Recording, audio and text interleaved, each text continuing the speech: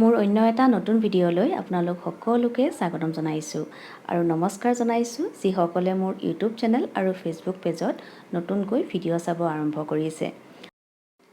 কালি সন্ধিয়া পিঠাগুড়ি খুন্দিম বুলি চাউল 1 কেজি আনিছিলোঁ। সন্ধিয়া হ'ল কাৰণে হয়তো গম নাপালোঁ চাউলখিনি যথেষ্ট লেতেৰা আছিল আৰু শিল থকা বুলি ভাবিছিলোঁ, কিন্তু শিল নহয়, ক'লা দালিৰ নিচিনা কিবা আছিল মাজে মাজে। সেইখিনি চাফাও কৰিলোঁ, বাছি পেলালোঁ আৰু অকণমান জাৰি ল'লোঁ চাউলখিনি।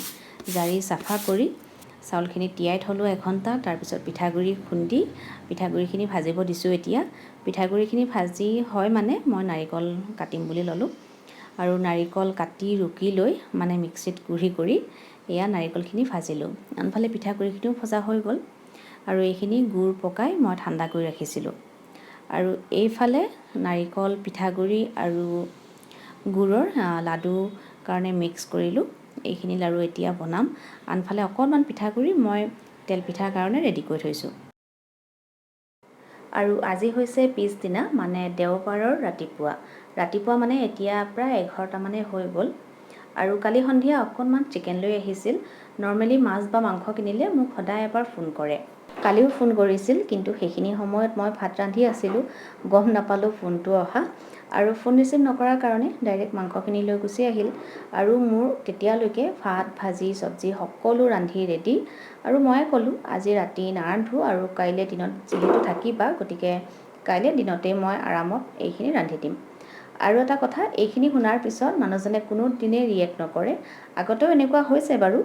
আৰু এই কথাখিনি আচলতে মানুহৰ বুজাবুজিৰ ওপৰত নিৰ্ভৰ কৰে। যদি বুজাবুজি থাকে দুয়োজনৰ মাজত, তেতিয়া ঘৰখন খুব সুচাৰুৰূপে চলাই নিবলৈ পাৰি বুলি মই ভাবোঁ। এতিয়া আহিছোঁ ৰেচিপিৰ মাজত। ৰেচিপি বুলি ঠিক নহয়, মাত্ৰ আজি চিকেনখিনি মই কেনেকৈ ৰেডি কৰোঁ সেইখিনি দেখুৱাম বুলি ভাবিছোঁ। প্ৰথমতে 2টা পিঁয়াজ কাটি লৈছিলোঁ, তাৰ পৰা দিছোঁ 1.5 ফাল নহৰু দিছোঁ আৰু জোখমতে জলকীয়া দিম। জলকীয়া 3-4টা হ'লেই হ'ব। এই জলকীয়াকেইটাৰ জ্বলাও আছিল বাৰু। আৰু জলকীয়া মই সদায় ধুই পানী গুচাই এইদৰে এয়াৰটাইট কৰি ৰাখোঁ। তেতিয়া কিবা এটা ৰন্ধাৰ সময়ত বা খোৱাৰ সময়ত অসুবিধা কম হয় বুলি মই ভাবোঁ। যিয়ে নহওক, জ্বলা আমাৰ ঘৰত কিছু সৰহে লাগে, সেইকাৰণে 3-4টামান জলকীয়া দিলোঁ আৰু অকণমান পানী দি এইখিনি এটা পেষ্ট কৰি ল'লোঁ। আৰু আদা মোৰ লগত পেষ্ট কৰা আছে, নহ'লে আদা এটুকুৰা দিলোঁ হয়। আনফালে 2টা আলু বাকলি গুচাই লৈছিলোঁ, আলুকেইটা ডাঙৰকৈ কাটি লৈছোঁ। আৰু মাংসত আলু নোহোৱাকৈ মই খাই বেয়া পাওঁ, মানে মই কল্পনা কৰিবও নোৱাৰোঁ। আৰু আলুকেইটা কাটি এতিয়া এইখিনি তিয়াই থওঁ, তাৰপিছত ভাজিম। গতিকে আলুখিনি ভাজিব উঠাই দিলোঁ। সেইখিনি সময়তে মাংসখিনি মেৰিনেট কৰি লওঁ। আৰু কালি যেতিয়া আনিছিল তেতিয়া মাত্ৰ হালধি অকণমান সানি ৰাখিছিল, গতিকে মই নিমখ, আদা জিৰাৰ পেষ্ট আৰু গৰম মছলা, শুকান জলকীয়াৰ গুড়ি গোটেইখিনি দি মেৰিনেট কৰি থৈ দিলোঁ। আৰু এইফালে তেজপাত আনিছিলোঁ বজাৰৰ পৰা, গতিকে তেজপাতখিনি ধুই, যিহেতু বৰ্তমান খুব ৰ'দ হৈ আছে ৰাতিপুৱাৰ পৰা, ভাবিলোঁ বেলকনিত দি দিওঁ আৰু তেজপাতখিনি শুকাই থাকক। আৰু মই যেতিয়াই তেজপাত কিনি আনো এইদৰে ধুই শুকাই তাৰপিছত এয়াৰটাইট কৰি থওঁ। ইটো সিটো কামৰ মাজতেই মোৰ আলুখিনিও ভজা হৈ গ'ল আৰু ইমান সময়লৈ মোৰ তেজপাতো শুকাই গ'ল। আজি ৰ'দটো বহুত চোকা। তেজপাতখিনিও সামৰিলোঁ, আলুও ভজা হৈ গ'ল। আৰু এতিয়া মাংসখিনি ৰেডি কৰোঁ। আজি মাংসখিনি মই ৰান্ধিম কুকাৰত, সেইকাৰণে কুকাৰ এটাত যিখিনি আলু ভাজিছিলোঁ সেইখিনি তেলে দিলোঁ। প্ৰথমতে তেলত দিলোঁ শুকান জলকীয়া এটা আৰু তেজপাত এখিলা, আৰু লগতে গোটা গৰম মছলা, লং, দালচেনি, ইলাচি আৰু গোটা জালুক। তাৰপিছত দিলোঁ পিঁয়াজ এফাল, আৰু যিখিনি পিঁয়াজ পেষ্ট কৰি থৈছিলোঁ, পিঁয়াজ, নহৰু আৰু কেঁচা জলকীয়াৰ, সেইখিনি খুব ভালদৰে ভাজি মেৰিনেট কৰি থোৱা মাংসখিনি দিলোঁ। আৰু এতিয়া মাংসখিনিৰ সৈতে গোটেই মছলাখিনি খুব ভালকৈ ভাজিম।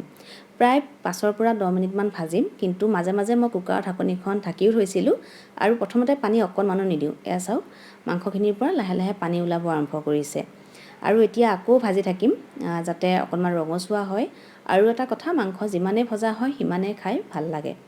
মাংসখিনি খুব ভালদৰে ভজা হৈছিল, তাত মই অকণমান পানীও দিলোঁ যাতে তলৰ পৰা লাগি নাহে। আৰু একেবাৰে শেষত দিছোঁ আলুখিনি ভাজি লোৱা।